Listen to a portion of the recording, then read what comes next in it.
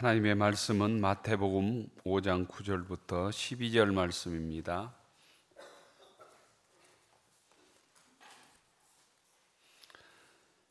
신약성경 5쪽 마태복음 5장 9절부터 12절 말씀입니다.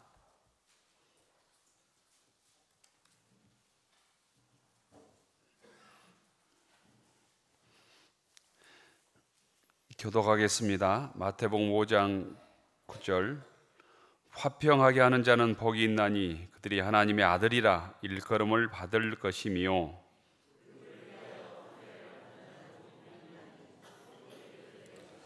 나로 말미암아 너희를 욕하고 박해하고 거짓으로 너희를 거슬려 모든 악한 말을 할 때는 너희에게 복이 있나니 너희 전에 있던 선지자들도 이같이 박해하였느니라. 아멘. 5월 셋째 주일입니다. 주일 전에 나오신 모든 교우들을 주님의 이름으로 축복합니다. 옆사람 인사하십시다. 반갑습니다. 손을 들어보세요. 옆사람 보고 손을 들어서 이렇게 축복합니다. 마스크를 써서 서로 모르니까 예. 이번 주일이면 질병이 끝날 줄 알았는데 또 뭐 이태원발 클럽 때문에 조금 연장되고 또 불안하고 그러죠. 광주에서도 꽤 많은 사람이 거기를 다녀왔다는 소문이 있는데 우리 교인들도 있을까? 청년들이 있을까? 이런 생각을 했는데 질병이 다 극복이 되면 한번 가봅시다. 얼마나 많은 좋은지, 그쪽이 얼마나 좋아서 그렇게 많은 사람들이 모였는지 모르겠습니다. 하루빨리 질병이 끝나고 함께 모여서 예배를 드리고 마스크를 벗고 예배 드리고 식사도 나누고 또 성가대도 하고 이런 날이 속히 올 수 있도록 기도해 주시고, 함께 힘든 시간이지만 어려울수록 또 기도하고 어려운 가정들을 위해서 또 격려하고 전화해 주시면 좋겠습니다. 함께 표하십시다. 경건히 이루도록 내 자신을 연단하라.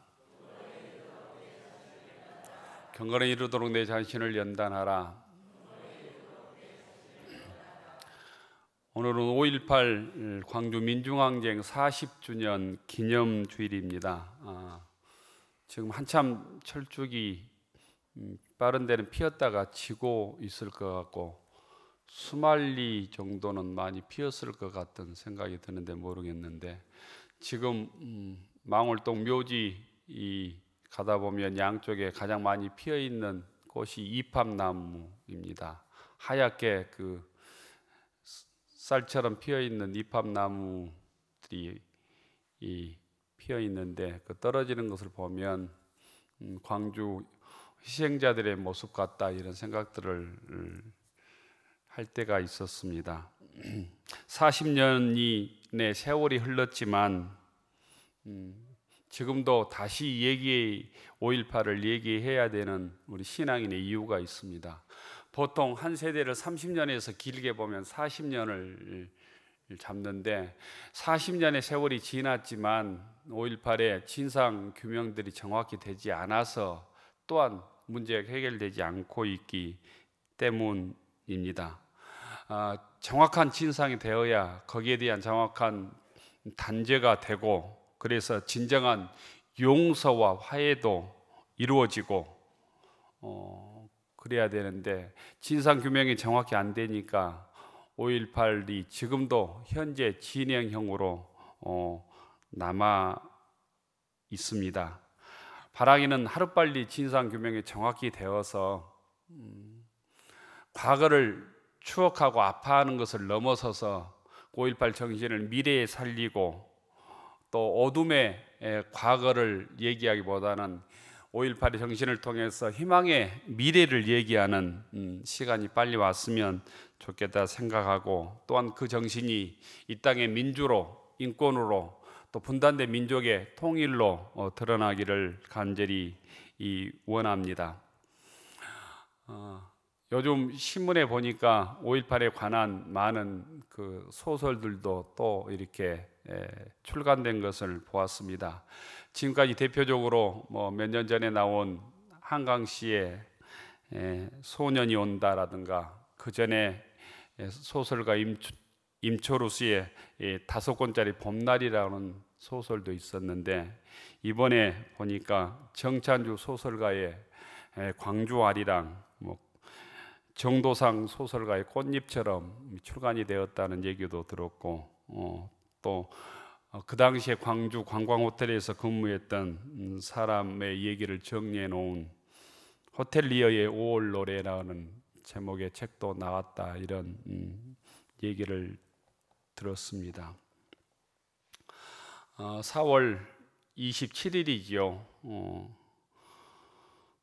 조비오 신부 사자 명예훼손으로 재판을 받은 광주 학살의 주범으로 일컬어지는 전두환 씨가 40년이 지났지만 40년 동안 사과 한마디 안 하고 책임을 회피하고 있고, 또 헬기 사격을 증언했던 고 조비오 신부의 명예를 훼손하는 혐의로 재판을 받고 있는데, 재판장에서 혐의를 부인하고 꾸벅꾸벅 졸아서 광주 시민들의 공분을 또한 사기도 했습니다.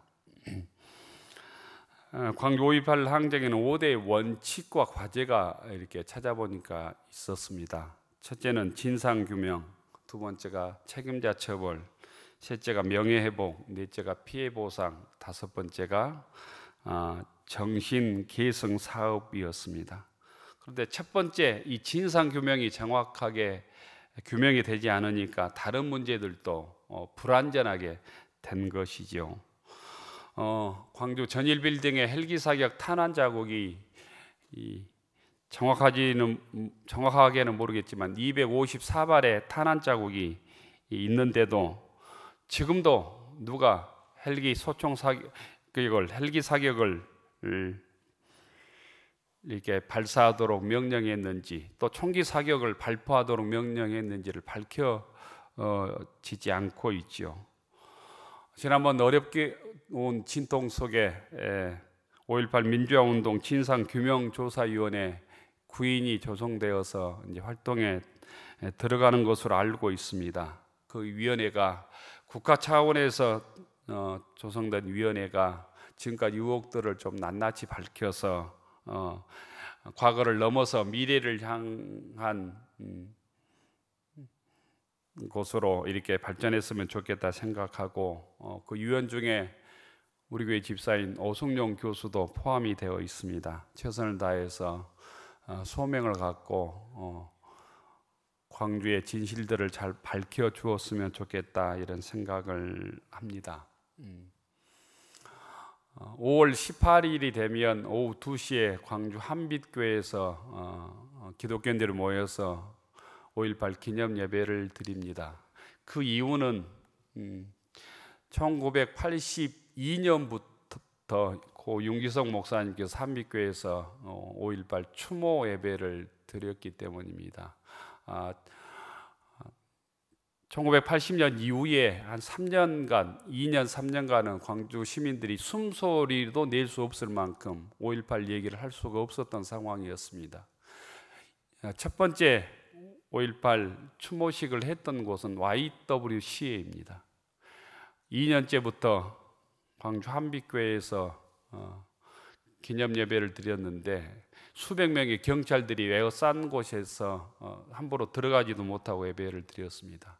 제가 그때 신학생 때였는데 3학년 때인가 4학년 때 내려와서 예배를 드린 기억이 있습니다. 그래서 그 전통을 따라서 내일 오후 2시에도 기독교인들이 한빛교회에서 5.18 예배를 드립니다. 시간 되시면 참여하시면 좋을 것 같습니다. 그 예배를 드리는데 한 2003년도인가 강사로 숙명여대 명예교수인 역사학자 이만열 교수님께서 오셔서 이 얘기를 하셨습니다.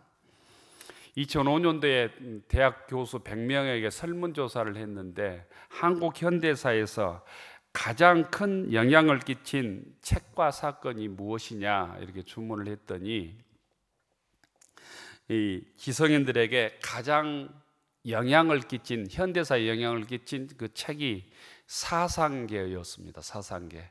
장준환 선생을 비롯해서 몇 분들이 만들었던 사상계였고, 현대사에서 가장 큰 영향을 끼친 인물이 누구냐? 곧 교수들은 함석헌 선생을 뽑았습니다. 그럼 현대사에서 가장 영향을 끼친 사건이 뭐냐? 5.18 광주 민중항쟁을 뽑았습니다. 다른 말로 얘기하면 한국 현대사에서 광주 5.18 민중항쟁을 빼놓고는 현대사를 논할 수 없다는 얘기입니다. 한국 현대사를 바르게 설명할 수 없다는 뜻입니다. 5.18 광주 민중항쟁이 있었기 때문에 그 이후에 완전하지는 않지만 이 정도의 곧 민주사회, 인권이 보장받는 사회, 평화와 정의가 이루어졌다는 얘기입니다. 우리가 왜 40년이 지난 이 즈음에 기독교인들이 예배를 드리면서 다시 5.18을 기억해야 되는가? 신앙으로서의 5.18을 통해서 주의 음성을 듣는 이 시간이 되기를 원합니다. 40년이 지난 이 시기에 광주 5.18 민주화 운동을 다시 우리가 얘기해야 되는 이유는 그 5.18의 희생자들이 의를 위해서, 정의를 위해서 박해를 받았기 때문입니다. 5.18 희생자들과 부상자들이 정의를 지키기 위해서 박해를 받았고 그 아픔이 지금까지 치유되지 않았기 때문입니다. 또한 광주 시민들이 인간의 양심을 지키기 위해서 곧 박해를 받았기 때문입니다. 오늘 마태복음 5장 10절에 보면 이렇게 말씀하고 있습니다. 의를 위하여 박해를 받는 자는 복이 있나니 천국이 그들의 것임이라. 세 번역에 보면 의를 위하여 박해를 받는 사람은 복이 있다. 하늘나라가 그들의 것이다. 공동 번역에서는 이렇게 번역을 했습니다. 옳은 일을 하다가 박해를 받는 사람은 행복하다. 하늘나라가 그들의 것이다.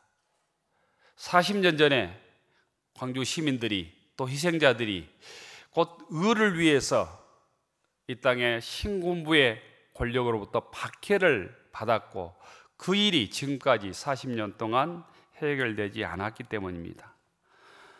5장에 나오는 이 박해를 받는 자는 복이 있다라는 이 복은 곧 8복 중에서 마지막 복입니다. 여기에서 박해받는다는 뜻은 개인이나 집단이 다른 집단에 의해서 학대받는 것을 의미합니다. 지금도 여러 가지 왕따와 학대가 곳곳에 남아있지 않습니까? 광주 시민들이 신군부에 의해서, 군인들에 의해서, 국가 권력에 의해서 학대를 받은 사건, 박해를 받은 사건이 곧 5.18 광주 민중항쟁의 사건이라는 것입니다. 박해는 국어사전에 이렇게 설명이 되어 있었습니다. 약한 처지의 개인이나 세력을 억누르거나 괴롭혀 해를 끼침, 억누르거나 못 견디게 굴어서 괴롭히거나 해를 끼치는 것이 박해다, 이렇게 설명을 했습니다. 또한 본문에 사용되는 박해받다라는 뜻은 이례적으로 괴롭힘이 끝나는 것이 아니라 지속적인 고통을 주는 행위를 뜻합니다. 연속적으로 고통을 당하는 것을 말합니다. 5.18 민중항쟁도 처음에는 폭도로, 두 번째는 북한의 사주를 받은 빨갱이들의 난동으로 폄훼되고 왜곡되었습니다. 지금까지도 그런 소리를 하는 사람들이 곳곳에 있습니다. 광주 시민들은 그동안 숨죽이는 세월을 보내야 했습니다. 또한 박해라는 말을 여기서 추적해 보면 이 박해라는 말은 추적하다, 계속 따라다니면서 감시하다라는 뜻을 가지고 있습니다. 사냥꾼이 사냥할 때 사냥감을 계속 추적하는 뜻이 박해라는 뜻 속에 포함이 되어 있습니다. 추적하는 행위, 추적해서 곧 고문을 하고 사람을 죽이는 행위가 박해받다는 의미의 본 뜻입니다. 전쟁에서 도망가는 적군을 쫓아가며 공격하는 것을 말할 때 곧 오늘 성경에서 박해받다, 박해하다라는 뜻의 원뜻입니다. 그런 점에서 박해라는 말은 지속적으로 쫓아가면서 지속적으로 고통을 주고 못사게 굴고 인권을 파괴하는 것을 박해받다라는 뜻의 의미입니다. 광주 시민들도 지속적인 박해와 고통을 받은 것이죠. 우리 교회 강 목사님, 강신성 목사님은 민주정부가 들어설 때까지 주일 예배 드릴 때마다 정보경찰들이 교회에 곧 들어와서 설교 내용을 메모해서 곧 안기부와인데 보고를 했습니다. 강신성 목사님 뿐이었겠습니까? 윤종규 장로님의 일거수일투족도 민주정부가 들어서기 전까지 매일 보고가 되었습니다. 우리 교회 정동영 교우는 전남대학교 재학 중에 총학생으로 활동하다가 1964년 한일 정상회담 반대 데모하다가 제적이 되었더라고요. 그 다음에 13년 후에 복학을 했습니다. 그때가 80년대였습니다. 제가 며칠 전에 들었던 얘기입니다. 그런데 80년에 민주화 봄이 시작되고 총학생회에서 김대중 선생을 강사로 모시기 위해서 초청하기 위해서 정동영 선생에게 부탁을 했답니다. 나이 많이 먹은 복학생에 부탁을 한 거죠. 정동영 씨는 김대중 선생을 이렇게 강사로 모시기 위해서 동교동에 갔다고 그래요. 근데 만나지 못했답니다. 안 계셔서 만나지 못하고 방명록에 정동영 아따감 이 한마디 써놨는데 그것이 빌미가 되어서 5.18이 일어나자 김대중의 사주를 받은 5.18의 주범으로 사형 선고를 받았습니다. 그런 세상을 광주 시민들이 겪었습니다. 이런 엄혹한 세월을 구속자들과 그 유가족들과 그 가족들이 함께 겪어내는 것이죠. 성경의 역사를 보면 주의 제자들도 이런 박해, 예수 믿는 사람들도 한 300년 이상 이런 박해 속에서 예수를 믿고 복음을 전하며 기도로 그 어려움을 이겨내었다고 성경은 기록하고 있죠. 하지만 이런 고통 속에서도 초대 기독교인들은 모일 때마다 예수를 그리스도라고 고백하며 지속적인 그 고통과 박해를 이겨내어서 그 로마의 박해를 이겨내고 그 복음이 확장돼서 여기까지 우리들에게 복음이 전파된 것입니다. 또 한 가지는 예수님이 살아계신 하나님의 아들이라는 복음을 고통 속에서도 포기하지 않았던 초대교인들과 수없이 많은 기독교인들이 있었기 때문에 오늘 무진교회와 우리들이 있는 것이죠. 의를 위하여 박해받는 자란 지속적으로 고통 속에서도 그 박해를 이겨낼 때 천국이 그들의 것임이고 하늘나라가 우리들의 것이라고 성경은 얘기하고 있는 것입니다. 그런 의미에서 5.18 40주년을 맞이해서 오늘 다시 우리 마음속에 우리 심령 속에 새겨야 될 것은 그런 사람들을 향해서 주님께서 복이 있다고 말씀하시고 계시다고 하는 사실입니다. 하나님의 뜻이 이 땅에 이루어지도록 애를 쓰다가 박해를 받는 사람들을 향해서 주님께서는 그들이 복 있는 사람이라고 하늘나라가 그들의 것이라고 말씀하고 계시다는 것입니다. 오늘 12절에 보면 하늘에서 상이 크다라고 설명하고 있습니다. 1980년 5.18 광주는 여러 가지 의미에서 곧 새로운 시각과 새로운 생각을 열어주는 사건이었습니다. 우리 기독교인에게도 마찬가지고 광주 시민들에게도 마찬가지고 이 땅의 일반 국민들에게도 마찬가지입니다. 그 시각은 첫 번째로 고난이 그냥 고통으로 끝나지 않고 고난을 통해서 새로운 시각과 생각을 열어주었는데 그것은 곧 우리 민족을 사랑한다고 우리 민족이 우방이라고 하는 곧 외세가 자기 욕심을 채울 뿐이지 우리 민족의 아픔을, 우리 민족의 시민들의 곧 학살과 죽음을 곧 돌보지 않는다고 하는 사실을 깨우쳐 주었죠. 또한 남과 북의 현실에서 분단이 얼마나 고통스러운 현실인가를 알게 해 주었습니다.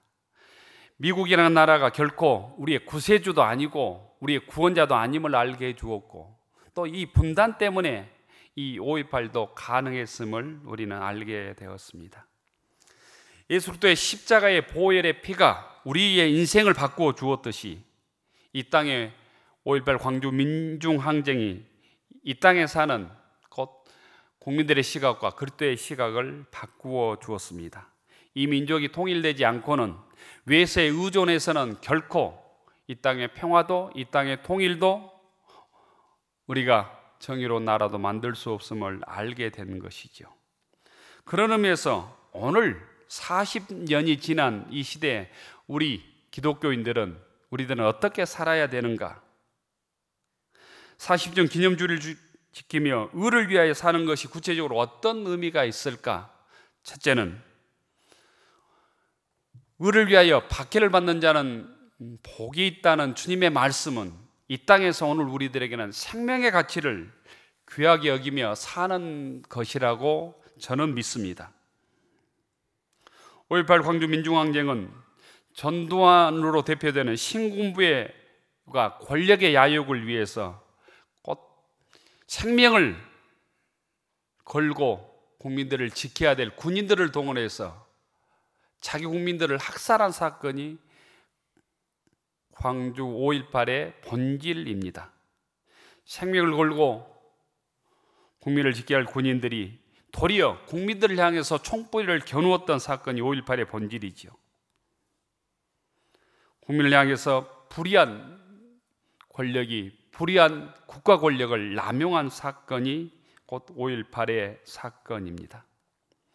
그런 의미에서 우리들은 영적으로 깨어서 한 생명이 천하보다도 귀하다는 주님의 말씀을 붙들고 어떤 곳에서도 인권이 짓밟히지 않도록, 한 생명이라도 희생되지 않도록 한 생명을 천하보다 귀하게 하나님의 피조물로 여기며 사는 것, 곧 이것이 하나님께서 5.18에 우리들에게 주신 곧 사명이고 우리가 깨달아야 될 주의 음성이라고 믿습니다. 그것은 생명을 죽이는 일에 우리가 저항해야 되는 일이고, 생명을 파괴하는 모든 권력의 환경에 저항하는 일입니다. 또한 한 생명을 주님의 복음으로 한 생명 한 생명을 살리는 일이 5.18의 귀한 주님의 음성이라고 믿습니다. 두 번째는 주의 평화를 이 땅에서 이루어가는 일에 우리가 참여하는 것입니다. 평화는 절대로 그냥 저절로 이루어지지 않습니다. 사랑은 저절로 곧 완성되지 않습니다. 사랑은 감정과 호소를 넘어선 구체적인 인간의 행동의 결단과 실천으로 이루어집니다. 사랑은 삶을 건 선택이며 행동이며 실천이라는 것입니다. 그 사랑은 주님에 대한 신뢰가 있을 때만 가능합니다. 또한 승리에 대한 확신이 있을 때만 그 사랑의 실천을 나눌 수 있습니다. 주님의 사랑으로 우리가 하나 되는 주의 평화를 이루기 위해서는 주의 말씀을 붙들고 주의 사랑에 대한 승리를 확신하며 믿음으로 우리 이웃들 간에, 우리 믿음의 형제들 간에 또 평화를 이루는 일에 함께 참여하고 손을 맞잡는 믿음의 교우들이 되기를 축원합니다. 셋째는 민주적인 사회, 인권이 보장되는 사회를 만들어야 된다는 것입니다. 약자가 보호받는 사회, 억울함이 없는 사회, 인권이 보호받는 사회, 곧 하나님의 정의가 강물처럼 흐르는 사회를 만드는 사명이 오늘 이 지역 사회, 우리 교회 교우들에게 주어졌다는 것입니다. 또한 땀 흘리는 사람들이 정당한 대가를 받는 정의로운 사회를 만드는 것이 5.18의 또한 정신이기도 합니다. 마지막으로는 5.18 광주 민중항쟁을 기억하는 것입니다. 우리의 모든 문제는 잊어서는 안 될 것을 잊어버리기 때문에 생겨납니다. 우리의 신앙의 문제도 주님의 사랑과 은혜를 잊어버릴 때 생겨나죠. 주님께서 피 흘려서 죽으심으로 우리를 구원해 주신 그 은혜를 잊어버리기 때문에 우리 신앙이 흔들리는 것이고, 작은 일 때문에 시험 드는 일이고, 교회를 봉사하고 섬기고 직분을 감당하다가 사람 때문에 시험 들었다고 하는 얘기를 하는 것이죠. 우리 자녀가 죽을 만큼 아프면 학교 나가서 공부를 1등하고 2등하고 영어를 잘하는 것은 아무 소용이 없습니다. 우리가 주님의 사랑으로 구원을 받았고 하나님의 자녀라고 확신한다면 이 땅에서 신앙생활하면서 당하는 시험들 또는 어려움들, 섭섭함들, 그 모든 것들은 주의 사랑으로 능히 이기고도 남은 줄 믿습니다. 목회의 모든 어려움과 문제도 목회임직 받을 때 소명과 결단을 잃어버릴 때 생깁니다.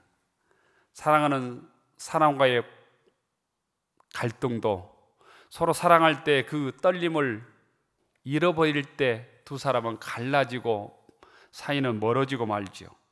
그런 의미에서 예배는 무엇인가? 하나님의 말씀을 다시 반복해서 기억하는 행위입니다. 예배는 하나님의 말씀을 의도적으로 기억하며 훈련하는 시간이 곧 주의를 지키는 것이고 예배를 드리는 것입니다. 예배의 가장 큰 기능은 하나님의 말씀을 거듭거듭 기억하는 것입니다. 하나님을 잊지 않는 것, 하나님을 기억하는 것, 하나님의 말씀과 하나님의 은혜를 기억하는 시간이 곧 예배 시간이라는 의미입니다. 그런 의미에서 구약에서는 가장 큰 죄악이 무엇이냐? 하나님을 잊는 것이라고 경고하고 있습니다. 호시아 13장 6절에 보면 우리 민족이, 이스라엘 민족이 배불러서 하나님을 잊었다고 책망하고 있습니다. 배불러서 거만해져서 그들이 나를 잊었다고 책망하고 있는 것이죠. 신앙은 망각에 저항하는 것입니다. 은혜를 잊는 것을 거부하는 의도적인 행위가 곧 예배입니다. 예배를 드림으로 망각을 거부하고 하나님의 말씀을 기억함으로 세상을 변화시키는 사람들이 기독교인이라고 하는 사실을 꼭 기억할 수 있기를 원합니다. 무엇 때문에 여러분들은 기념일을 지킵니까? 기념석을 세웁니까? 기념비를 세웁니까? 또는 기념관을 세웁니까? 그 모든 것은 곧 잊지 않기 위함입니다. 기억하기 위함입니다. 우리가 무엇 때문에 5.18 기념주의를 지킵니까? 그것은 잊지 않고 망각에 저항하기 위함입니다.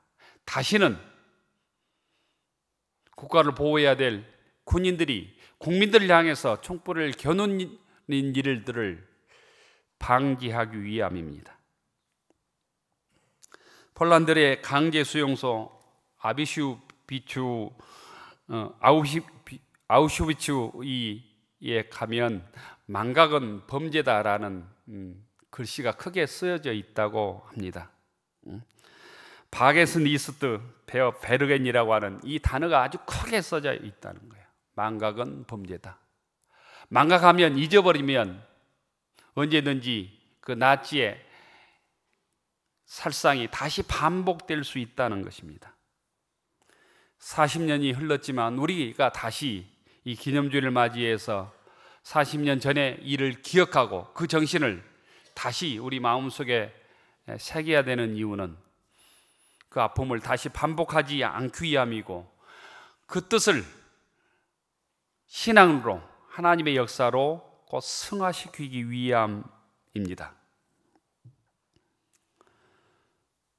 많은 사람들이 40년이 지났는데 지겹지도 않는가 이런 말을 할 수도 있겠습니다. 또한 40년 동안 5.18의 정신과 많이 훼손되기도 하고 왜곡되기도 하고 그 5.18을 이용해서 자기 욕심을 채우는 자들도 많이 또 생겨나기도 했습니다. 그럼에도 불구하고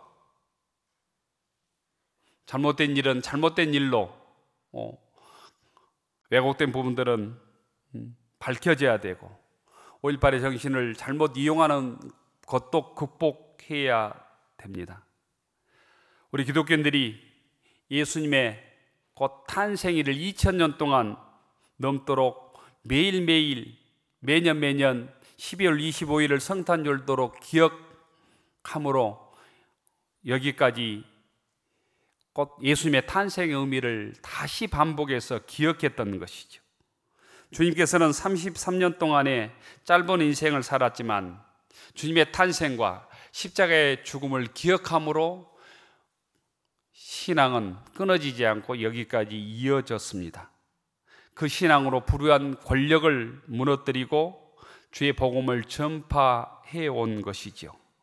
오늘도 마찬가지입니다. 5.18의 신앙의 정신들, 5.18의 그 정신들을 우리가 신앙으로 잘 승화해서 이 땅에서 우리가 바른 신앙으로 살아가도록, 주의 평화를 이루도록, 인권이 보장되는 사회를 만들도록, 생명이 짓밟히지 않는 사회를 만들도록, 또한 더불어서는 분단된 이 민족이 통일에 이르기까지 우리 기독교인들이 주의 사명들을 잘 감당하는 믿음의 권속들이 되기를 축원합니다. 또한 우리가 나도 모르는 사이에 나태하고 형식적인 신앙의 인으로 전락해서 세상의 유혹, 물질의 유혹과 쾌락의 유혹에 넘어져서 사는 무능력한 신앙인의 모습을 극복하고 하나님의 능력 있는 신앙으로 주의 사명을 감당하기 위해서 우리가 5.18을 기억해야 되는 것입니다. 1980년 5월에 사람이 사람을 죽이는 일이 있었습니다. 쿠데타를 일으킨 정치 군인들이 무고한 광주 시민들을 학살하는 일이 있었습니다. 사람을 짐승처럼 학살하는 집단이 있었고, 그 집단들이 자기의 권력의 욕심을 채워서 이 땅을 유일하는 사건이 있었습니다. 백주대낮에 민주화를 부르짖는 학생과 시민들을 집단하는 사건이 있었습니다. 이것이 40년 전에 곧 팩트입니다. 과거의 눈을 감고 있는 사람은 현재를 보지 못합니다. 예배는 하나님을 기억하는 일뿐 아니라 이 땅의 과거를 기억하여 잘못된 과거, 불의한 과거, 다시 사람을 십자가에 죽이는 과거를 거부하는 것입니다. 기독교 역사는 간단히 말하면 예배를 드림으로 주님의 정의 역사를 세워가는 일입니다. 예배를 통해서 예수님의 십자가와 부활을 반복해서 기억함으로 어두운 세상에 주의 빛을 선포하는 사명이 오늘 우리들에게 주어져 있습니다. 불의한 세상과 맞서서 세상을 치유하고 평화의 세상을 만드는 일에 저희들이 함께 주의 자녀로 동참하는 믿음의 권속들이 되기를 주의 이름으로 축원합니다. 기도하겠습니다.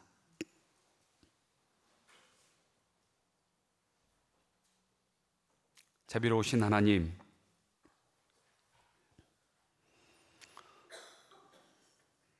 5.18 광주 민주화 운동이 40년이 흘렀습니다. 그럼에도 불구하고 지금까지도 고문과 구타와 폭행으로 인하여 고통을 받는 사람들이 많고, 그때 아픔을 통해서 아픔이 치유되지 않고 살아가는 유가족들과 부상자들과 구속자들이 있습니다. 주님, 평화와 치유의 은총을 내려 주시옵소서. 저희들에게 평화와 자비를 베풀어 주시옵소서. 의를 위하여 박해를 받는 사람이 복이 있다는 주의 말씀이 상처받는 이들에게 위로가 되게 하시고 힘이 되게 하시고 소망이 되게 하옵소서. 또한 이 땅에서 저희들 5.18의 정신을 믿음으로 승화해서 평화를 이루는 하나님의 아들이라 일컬음을 받는 자가 되게 하시고, 이 땅에 주의 사랑과 주의 은혜를 나누는 거룩한 주님의 자녀로 살아가도록 도와주옵소서. 예수 그리스도의 이름으로 기도 올리옵나이다. 아멘. 하늘로로 축원하옵나니 이제는 우리를 구원해 주신 예수 그리스도의 은혜와 우리를 끝까지 사랑하시는 하나님 아버지의 만극하신 사랑하심과 척박한 질곡의 역사 속에서도 진리가 승리하도록 우리 함께 하시는 성령님의 감동 감화 역사하심이 5.18 광주 민중항쟁 40주년 기념주의를 맞이하여 거룩한 하나님의 자녀로 평화를 위해, 주의 의를 위해, 복음을 위해 박해를 이기며 거룩한 복음의 땀을 흘리며 주의 사랑을 전하기로 다짐하는 무진교회 교우들 머리 위에, 우리의 가정과 일터 위에, 우리의 자녀들 위에 이제로부터 영원까지 함께하여 주시기를 간절히 축원하옵나이다. 아멘.